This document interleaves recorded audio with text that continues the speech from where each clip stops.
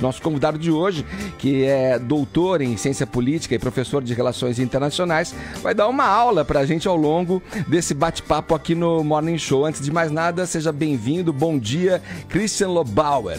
Tudo bem? Prazer estar aqui com você. Bom, a questão relacionada ao nosso vizinho aqui. Tem duas políticas muito distintas, políticas externas muito distintas relacionadas à Venezuela, do que era o governo anterior e desse governo agora. Como que você acha que deve ser a política brasileira frente a essas atrocidades que acontecem nessa ditadura da Venezuela? Venezuela é o seguinte, o Brasil fez um papelão durante todo esse período do governo do PT em relação à política externa. A política externa foi talvez a política pública mais estraçalhada entre todas as políticas do governo anterior.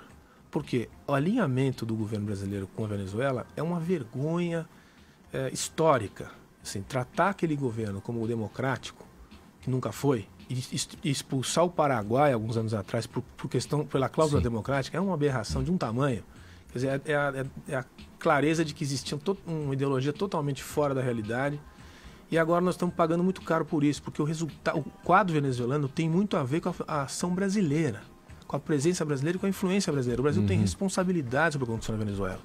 E esse silêncio agora ainda já mudou um pouco a política. O ministro Aloysio já se posicionou de forma um pouco mais clara, mas o Mercosul ainda é muito, vamos dizer assim, muito mole em relação à Venezuela. Deveria ter uma ação muito incisiva, condenando o que é essa aberração que é o modelo de governo Maduro. Sim. A Venezuela é uma ditadura, reprime as pessoas, mata gente, mata estudante, mata criança.